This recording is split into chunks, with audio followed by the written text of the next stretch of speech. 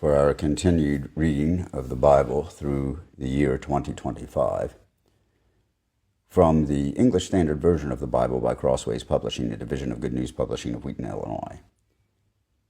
A reading of the book of 2 Chronicles, chapters 16 through 18, followed by Psalm 85. Beginning 2 Chronicles, chapter 16. In the 36th year of the reign of Asa, Baasha, king of Israel, went up against Judah and built Ramah, that he might permit no one to go out or come in to Asa, king of Judah. Then Asa took silver and gold from the treasures of the house of the Lord and the king's house, and sent them to Ben-Hadad, king of Syria, who lived in Damascus, saying, There is a covenant between me and you, as there was between my father and your father. Behold, I am sending you silver and gold. Go break your covenant with Baasha, king of Israel, that he may withdraw from me. And Ben-Hadad listened to King Asa, and sent the commanders of his armies against the cities of Israel. And they conquered Ijon, Dan, Abel-Maim, and all the store cities of Naphtali. And when Baasha heard of it, he stopped building Ramah and let his work cease. Then King Asa took all Judah, and they carried away the stones of Ramah and its timber, with which Baasha had been building, and with them he built Geba and Mizpah. At that time Hanani the seer came to Asa, king of Judah, and said to him, Because you relied on the king of Syria, and did not rely on the Lord your God, the army of the king of Syria has escaped you. Were not the Ethiopians and the Libyans a huge army with very many chariots and horsemen? Yet because you relied on the Lord and he gave them into your hand. For the eyes of the Lord run to and fro throughout the whole earth, to give strong support to those whose heart is blameless toward him. You have done foolishly in this, for from now on you will have wars. Then Asa was angry with the seer, and put him in the stocks in prison, for he was in a rage with him because of this. And Asa inflicted cruelties upon some of the people at the same time. The acts of Asa, from first to last, are written in the book of the kings of Judah and Israel.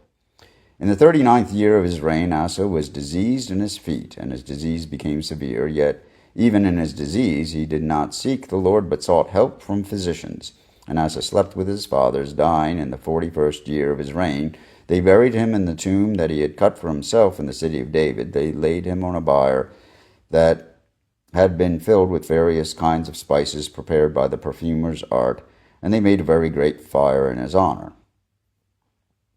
Jehoshaphat, his son, reigned in his place, and strengthened himself against Israel. He placed forces in all the fortified cities of Judah, and set garrisons in the land of Judah, and in the cities of Ephraim that Asa his father had captured. The Lord was with Jehoshaphat, because he walked in the earlier ways of his father David. He did not seek the Baals, but sought the God of his father, and walked in his commandments, and not according to the practices of Israel. Therefore the Lord established the kingdom in his hand, and all Judah brought tribute to Jehoshaphat, and he had great riches and honor. His heart was courageous in the ways of the Lord, and furthermore, he took the high places and the Asherim out of Judah.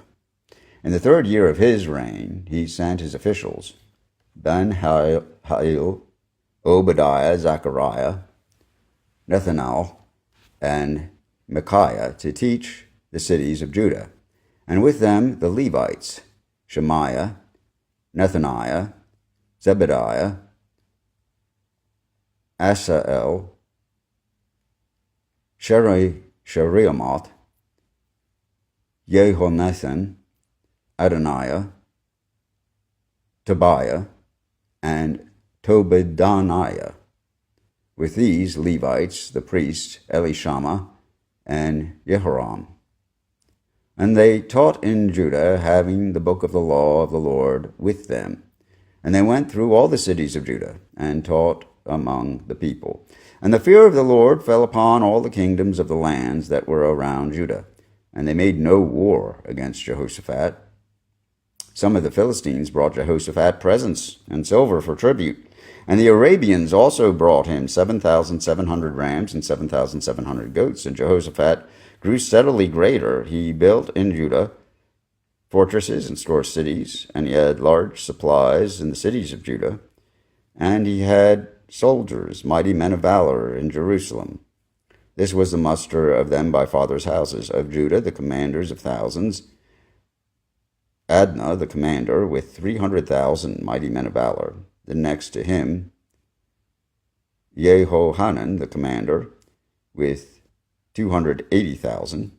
And next to him, Amasiah, the son of Zichri, a volunteer for the service of the Lord, with 200,000 mighty men of valor. Of Benjamin, Eliada, a mighty man of valor, with 200,000 men armed with bow and shield. And next to him, Jehozabad, with 180,000 armed for war. These were in the service of the king, besides those whom the king had placed in the fortified cities throughout all Judah. Now Jehoshaphat had great riches and honor, and he made a marriage alliance with Ahab. After some years he went down to Ahab in Samaria, and Ahab killed an abundance of sheep and oxen for him and for the people who were with him, and induced him to go up against Ramoth Gilead. Ahab, king of Israel, said to Jehoshaphat, king of Judah, "Will you go with me to Ramoth Gilead?" He answered him, "I am as you are, my people as your people. We will be with you in the war." And Jehoshaphat said to the king of Israel, "Inquire first for the word of the Lord." Then the king of Israel gathered the prophets together, 400 men, and said to them, "Shall we go to battle against Ramoth Gilead, or shall I refrain?" And they said, "Go up, for God will give it into the hand of the king." But Jehoshaphat said, "Is there not here another prophet of the Lord, of whom we may inquire?" And the king of Israel said to Jehoshaphat, "There is yet one man by whom we may require of the Lord, Micaiah, son of Imlah, but I hate him, for he never prophesies good concerning me, but always evil." And Jehoshaphat said, "Let not the king say so." Then the king of Israel summoned an officer and said, "Bring quickly Micaiah the son of Imlah." Now the king of Israel and Jehoshaphat the king of Judah were sitting in their thrones, arrayed in their robes, and they were sitting at the threshing floor at the entrance of the gate of Samaria, and all the prophets were prophesying before them. And Zedekiah the son of Hananiah made for himself horns of iron, and said, "Thus says the Lord, with these you shall push the Syrians until they are destroyed." And all the prophets prophesied so, and said, "Go up to Ramoth Gilead and triumph. The Lord will give it into the hand of the king." And the messenger who went to summon Micaiah said to him, "Behold, the words of the prophets are with one accord, are favorable to the king. Let your word be like the word of one of them, and speak favorably." But Micaiah said, "As the Lord lives, what my God says I will speak." And when he had come to the king said to him, "Micaiah, shall we go to Ramoth Gilead to battle, or shall I refrain?" And he answered, "Go up and triumph. It will be given into your hand." But the king said to him, "How many times shall I make you swear that you speak to me nothing but the truth in the name of the Lord?" And he said, "I saw all Israel scattered on the mountains as sheep that have no shepherd. And the Lord said, These have no master. Let each return to his home in peace." And the king of Israel said to Jehoshaphat, "Did I not tell you that he would not prophesy good concerning me, but evil?" And Micaiah said, "Therefore hear the word of the Lord. I saw the Lord sitting on his throne, and all the hosts of heaven standing on his right hand and on his left. And the Lord said, Who will entice Ahab, the king of Israel, that he may go up and fall at Ramoth Gilead?" And one said one thing, and another said another. Then a spirit came forward and stood before the Lord, saying, "I will entice him." And the Lord said to him, "By what means?" And he said, "I will go out, and I will be a lying spirit in the mouth of all his prophets." And he said, "You are to entice him, and you shall succeed. Go out and do so. Now therefore, behold, the Lord has put a lying spirit in the mouth of these your prophets. The Lord has declared disaster concerning you." Then Zedekiah the son of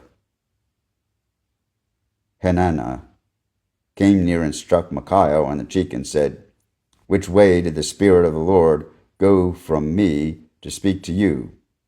And Micaiah said, "Behold, you shall see, on that day when you go into an inner chamber to hide yourself.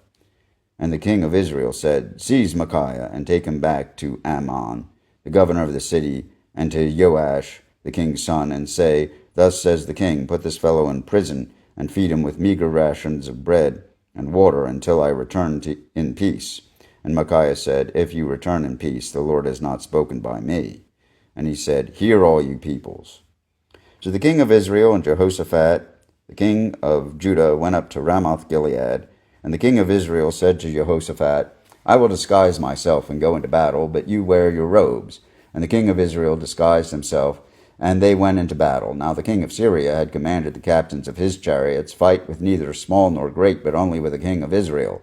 As soon as the captains of the chariots saw Jehoshaphat, they said, It is the king of Israel. So they turned to fight against him, and Jehoshaphat cried out, and the Lord helped him. God drew them away from him. For as soon as the captains of the chariots saw that it was not the king of Israel, they turned back from pursuing him. But a certain man drew his bow at random and struck the king of Israel between the scale armor and the breastplate. Therefore he said to the driver of his chariot, Turn around and carry me out of the battle, for I am wounded. And the battle continued that day, and the king of Israel was propped up in his chariot facing the Syrians until evening.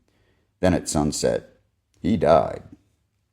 Here ends the reading of 2 Chronicles, chapters 16 through 18. Psalm 85.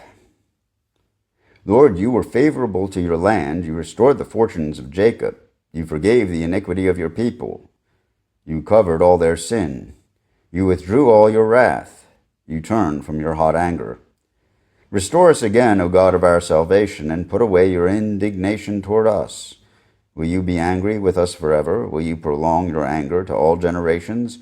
Will you not revive us again, that your people may rejoice in you? Show us your steadfast love, O Lord, and grant us your salvation. Let me hear what God the Lord will speak, for he will speak peace to his people, to his saints. But let them not turn back to folly. Surely his salvation is near for those who fear him, that glory may dwell in our land. Steadfast love and faithfulness meet. Righteousness and peace kiss each other. Faithfulness springs up from the ground, and righteousness looks down from the sky. Yes, the Lord will give what is good, and our land will yield its increase. Righteousness will go before him, and make his footsteps a way. Here ends the reading of Psalm 85, and together with 2 Chronicles chapters 16 through 18, offered in the English Standard Version of the Bible by Crossways Publishing, a division of Good News Publishing of Wheaton, Illinois.